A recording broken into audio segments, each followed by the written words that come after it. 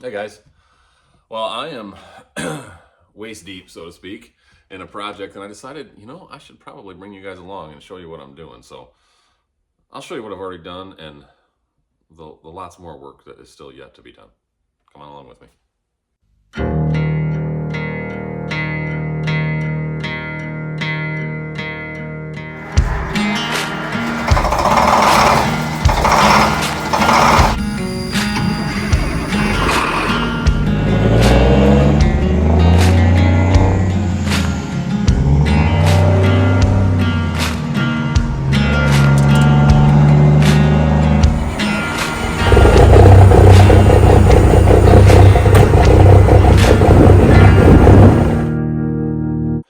All right, guys. Well, this is a 2003 Ready Haul, right around 11,300 pound GVW. Has six lug, I believe 5,500 pound axles, tandem axle, nice long tongue, 17-foot flat deck with a 3-foot beaver. It's one of my company trailers, and we are doing a pretty in-depth refurbish on it. It's been done once before, not quite this far. So we're gonna go a little further. So I'm gonna show you the 3 or 4 main big things we're gonna change and do to it, and then it's gonna go get blasted and painted. I subbed that out. I hate sandblasting. You should too. There's people that do it that have the proper equipment and proper facilities, and I let them do it because it's cheap anyway. At any rate, let's go through what we're going to do to it. All right. Solution number 1, this beaver tail. In general, it was ordered with a 2-inch oak deck. When we replaced the deck one time about 8-9 years ago, we also went with a 2-inch oak deck. This is a low trailer, so it struggles to get moisture removed. It wicks moisture up from the ground, even though we park it on asphalt. So decks don't last as long. The lower your deck is on your trailer, the shorter lifespan you're going to have on a deck. The higher you get up off the ground, generally, they last longer because they can breathe. So this trailer, particularly the beaver tail, does not breathe well at all. The rear end of this trailer is only about 12 or 13 inches off the ground. So great for low loading height, but not so great for breathability. And on all of our trailers that have wood beavers, they can get slippery. This one's a pretty low angle, but they can get slippery in rain and snow, especially when you have to oil an oak deck to keep it from rotting. So this is going to be a treated deck this time, and it doesn't have the durability of oak, I know.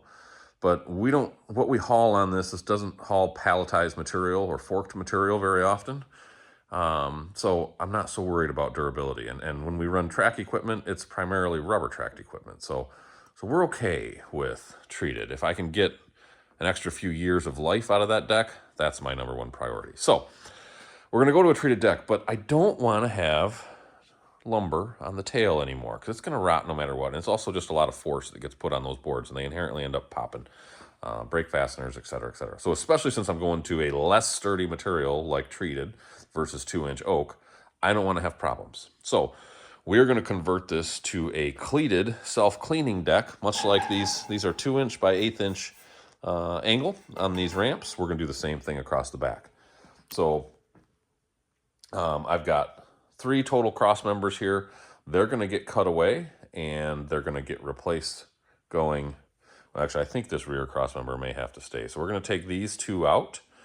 We're going to weld a piece of 1/4-inch by 5-inch bar right here, right where that flat section of deck is going to end. That 1/4 bar is going to box in the flat deck portion, and it's going to create a surface where I can weld these new cross members that are going to run the other direction. And then we're going to weld on this same 1/8-inch by 2-inch angle cleat. These are 4 or 5 inches apart. We're going to keep a similar spacing, and we'll have a self-cleaning open beaver tail. All right, that's project number 1. Project number 2, light boxes.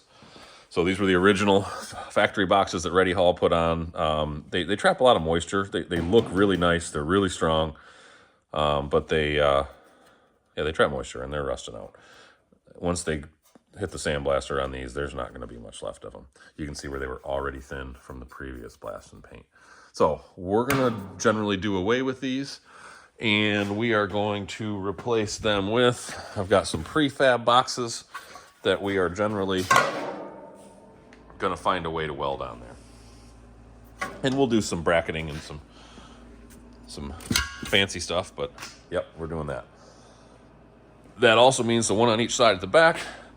This trailer also has some front boxes they just used a single 2.5-inch round amber on an angle so that we can see it from the front and the side. I may do that. I may also, regardless, these are getting cut away, and we're going to go to probably a 3/4-inch penny light, and we'll probably do away with the box and do some flat stock, make that work. You can see, though, we're suffering from the same issues.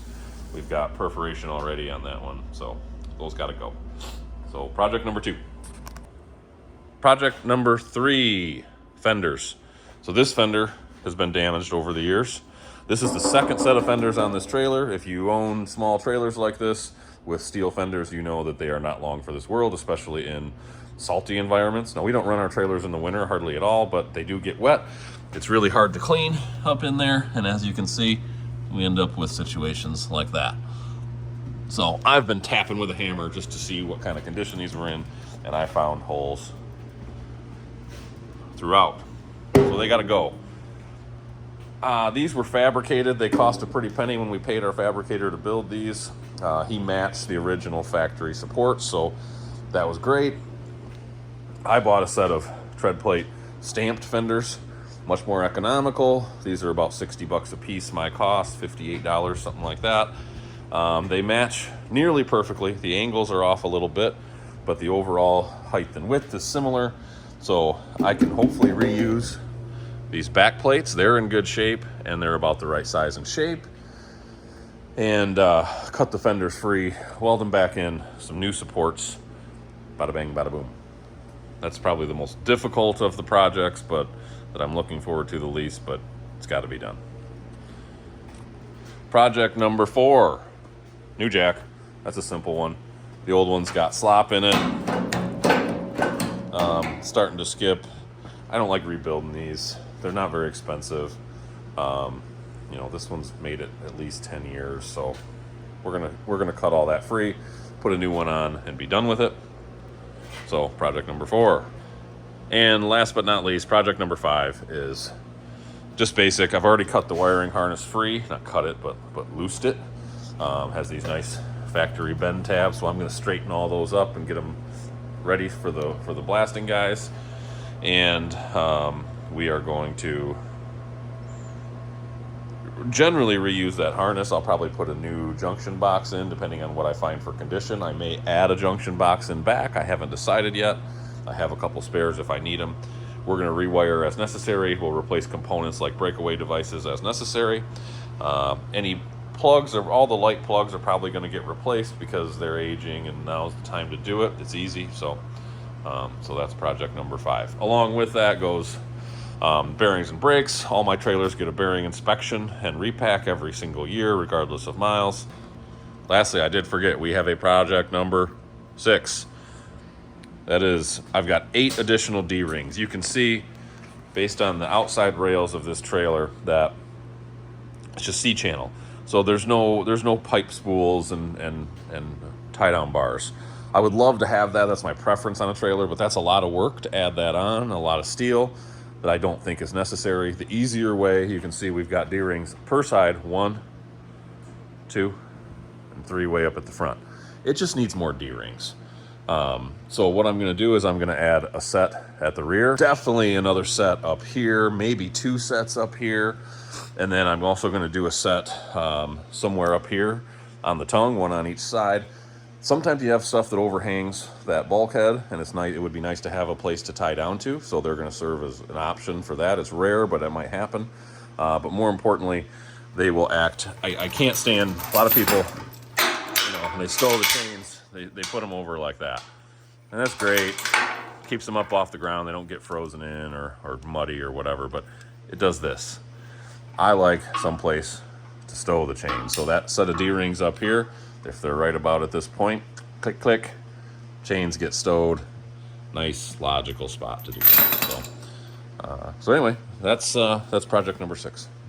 All right, well, it has been a long half a day of torching and cutting and grinding, but we've got half the trailer prepped. Wish it was the whole trailer, but it's half of it. So decided after all just to cut away the light boxes completely. They didn't really work very well. Now I can just weld direct to the frame, and I probably will do some sort of an angle. It's almost more of there for a deflection, so if this thing gets bumped, it pushes the trailer off to the side, rather than if this is just a hook right now. So I will do some sort of something similar to what we had, but that's done and gone. Obviously a ton of work. This has got some corrosion up at the top, but I think it's gonna work. We're gonna have to splice over that anyway because these fenders being a different shape. It was the same situation, those angled supports front and back for the old fenders just didn't line up. Just doesn't work. So I think, depending on how I do it, that is, let's see, how's that? That's about what it's gonna be. So what it is this is just a tighter, more vertical angle than what the old ones were, which is fine. You know, it fits the tire still. So that's all that matters. So in order to clear everything, that's fine. You know, I'm gonna have to, that's about the height we were at, right? No, that's actually quite a bit higher. So we're gonna have to do some notching here. That'll get the whole fender to be able to sit down about another inch. And then we'll see where it sits. But by and large, I think we'll be able to do, you know, just like we had a simple, you know, piece of bar or angle back here. So anyway, we'll come up with whatever that needs to be. And then obviously I also cut free on this side, that front light box. So this is prime.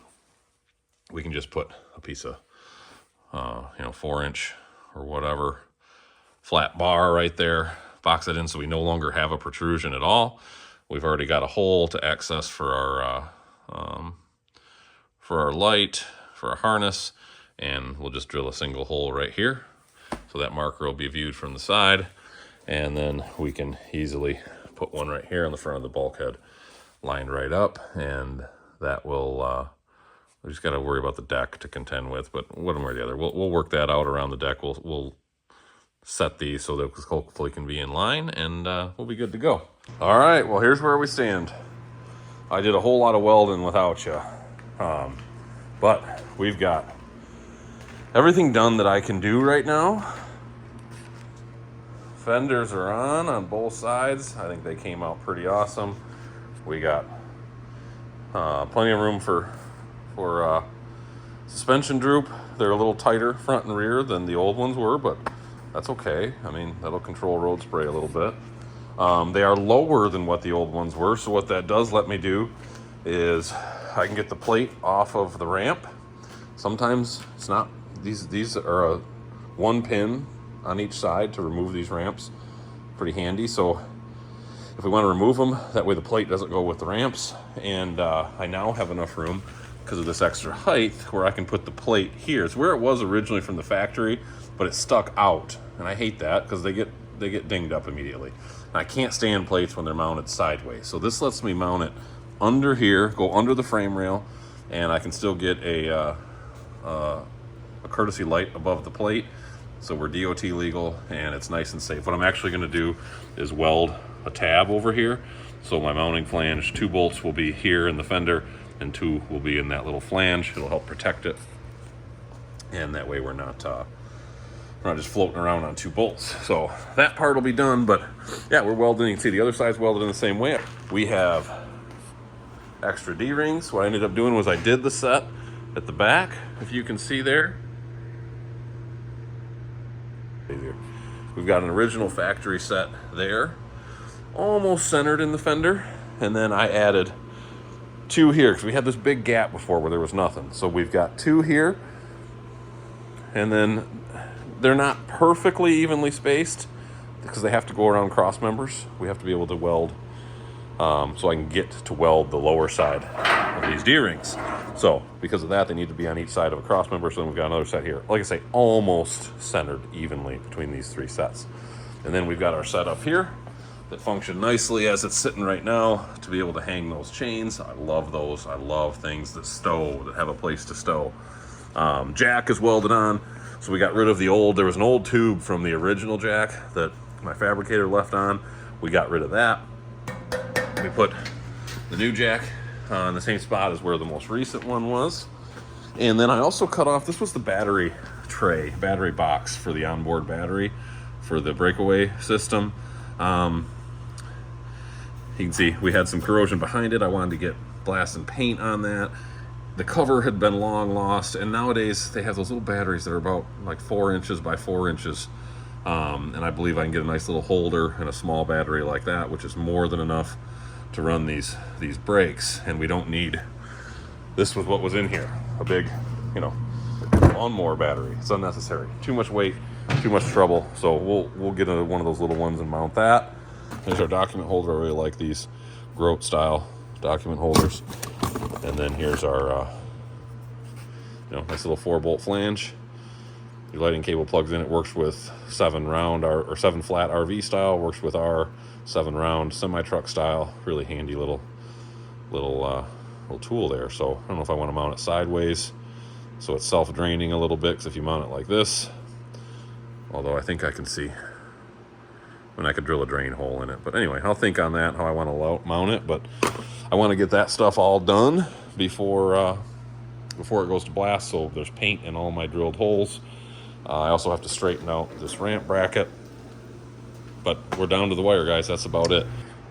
Well, the trailer's back in the barn. A few days later, the steel came in.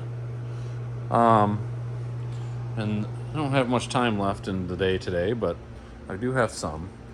And so we're going to work on getting, we're going to get that piece of flat stock over there on the far side welded in right here. And then we can get our measurements for our I don't know what you want to call them. They're not cross members. I guess they're frame supports, if you will. So let's get after that. Okay, so bringing you guys back. Another few hours I'm plugging away on this thing. And as you can see, our 3 additional members are fully welded in. So they're done. That's the support we need for these cleats to go across. Now, I've discovered a problem. I measured very intently for these D-rings, but what I didn't think about was I was measuring the shackle portion of the D-ring. I wasn't thinking about the width that the ring itself takes up, and I just don't. And my measurements are like a 16th too big for these rails, so they don't fit. But if I, as close as I can drop these in, I don't know. It might work, actually. You know what? I think it does work. We'll see. I need to get these cut down. Let's start with that. Okay, well, here we are. I did have to make some changes. We had to work backwards a little bit, guys. So this is just laid out. None of these are welded in yet, but I've got them right where I want them. I've made my marks evenly spaced on the frame rails. I've made marks on each extra member so I know where to grind to prep for welding. But I played with the spacing. I wanted this one a little bit farther back, this very first one. I didn't want too big of a gap to the rear last cross member there, or the back plate, if you will. And there's also some holes in that cross member from previous, or this cross member right here from some previous decking that I wanted to cover up, just make it look nicer. And the same thing up here, I felt that this one should be butted right up against that piece of plate. So I did. But they're all ground to size, to make this all work and fit nice and tight. So I'm going to pull them all off now in order. I'll do some grinding, then I'll lay them right back in place, and we can weld these in, and then we're going to call the Dovetail done.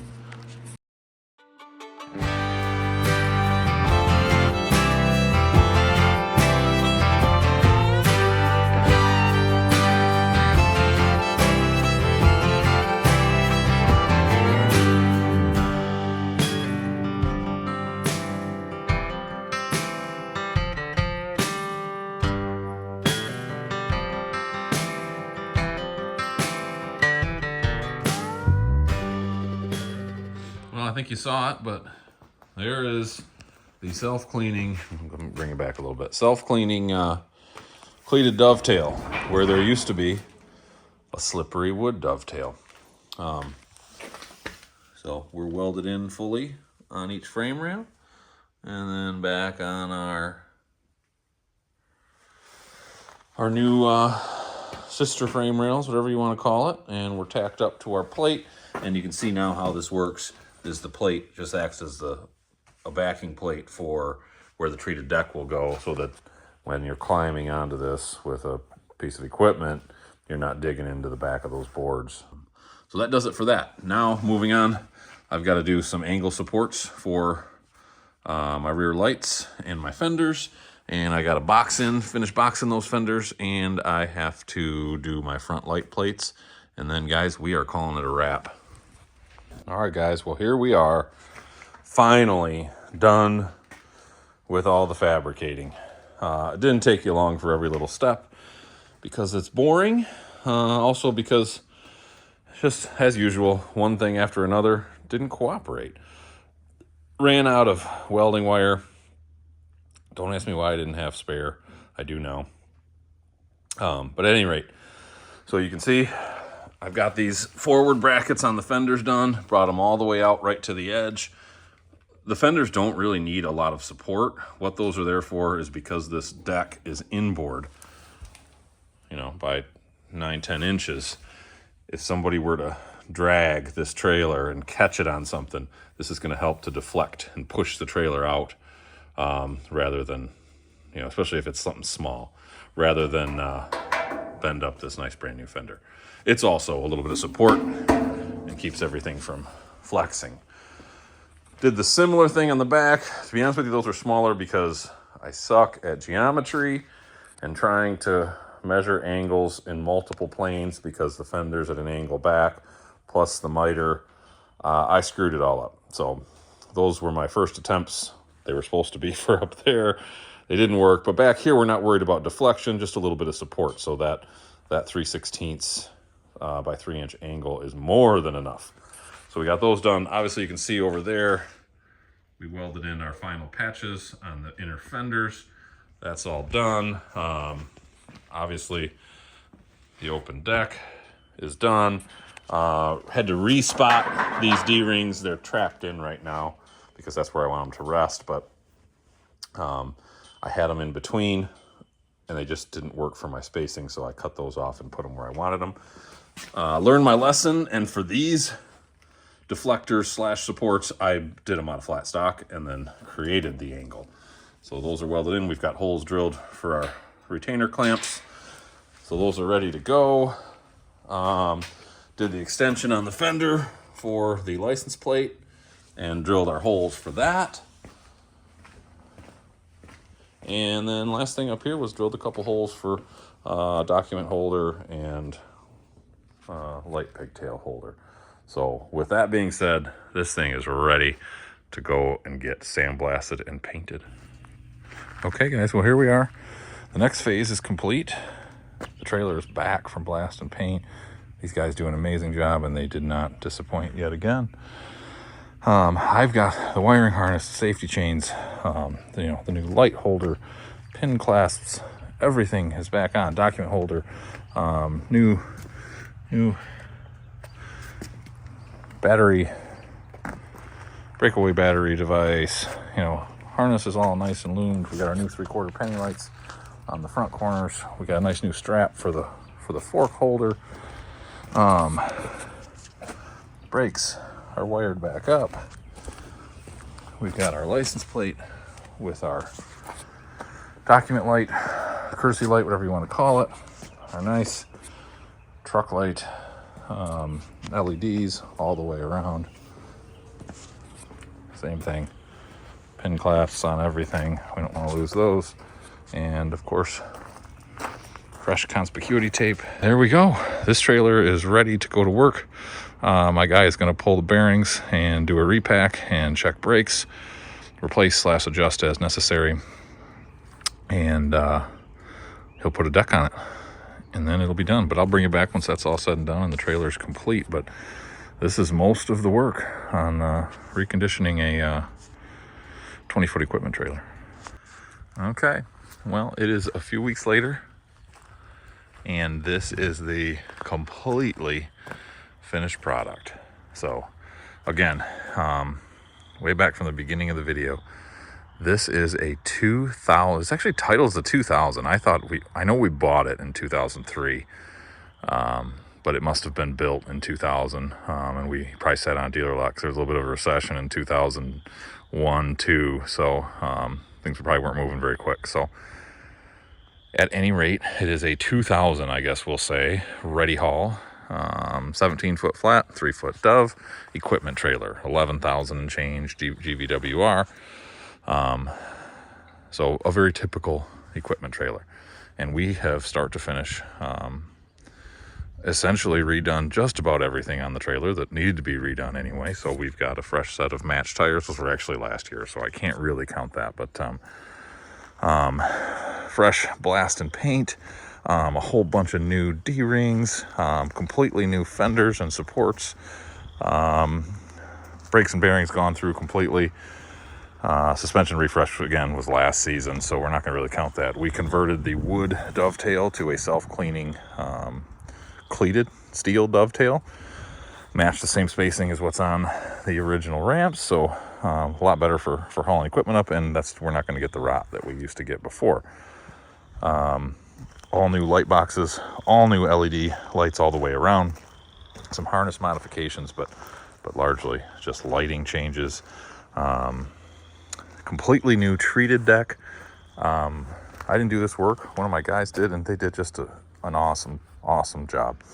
I mean, Mark the cross members, actually did the way you're supposed to, rather than just guessing and screwing it up. They did, took a chalk line and marked everything. Nice cut down the center where they ripped one to fit everything, but otherwise nice clean work. I actually don't care for tongue and groove, so this is just regular 2-inch ground contact treated lumber. So it's not really 2-inch, so it's 1.5 inch, but dimensional ground contact treated lumber. I like the ground contact for its additional rot resistance, and I don't actually like tongue and groove because we haul equipment with these trailers and they get muddy, and so it's a lot easier to rinse the deck down when we get some water flowing through the joints, and I think it actually causes less rot in the long run. But at any rate, that's the size of it. I think you've seen everything start to finish, and that's what it looks like. So dollars, right? That's the big important part. That's the big question mark. So we have a little over $2,000 into the blast and paint. We have a few $100s in lumber and fasteners. We've got some conspicuity tape. We've got little things like the light holder, the new breakaway device, new safety chains, new document holder, new breakaway battery setup, new jack, a handful of D-rings. We got a new strap for our fork pockets, lighting, which lighting is all truck light, and I think a little bit of Grody too, but regardless, all high-end quality stuff, not AutoZone crap. So all in, we are at, minus labor, we are at a little over $3,500 of actual material cost outlaid, checks written basically.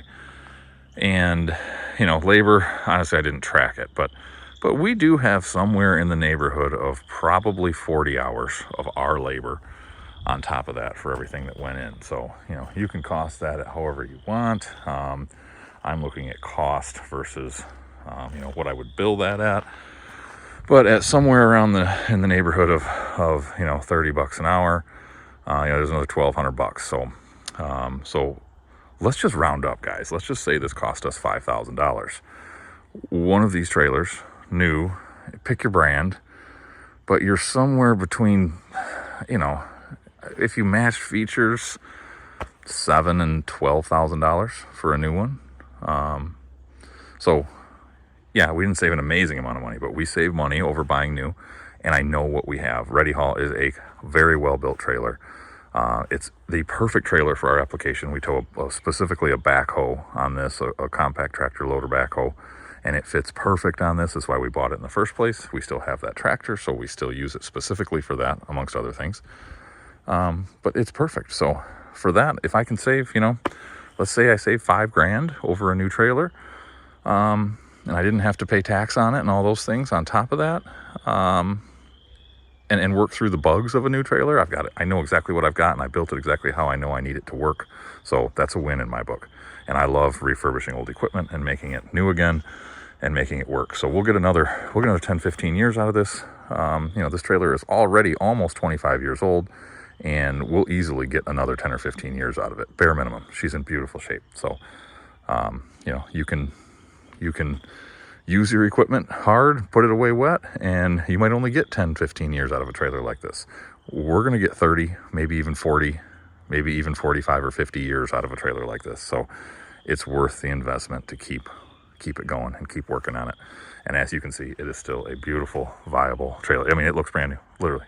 So, all right, that's it. It was a long process. Took 2 or 3, 4 months to get this complete, but we have our brand new refurbished Ready Haul trailer.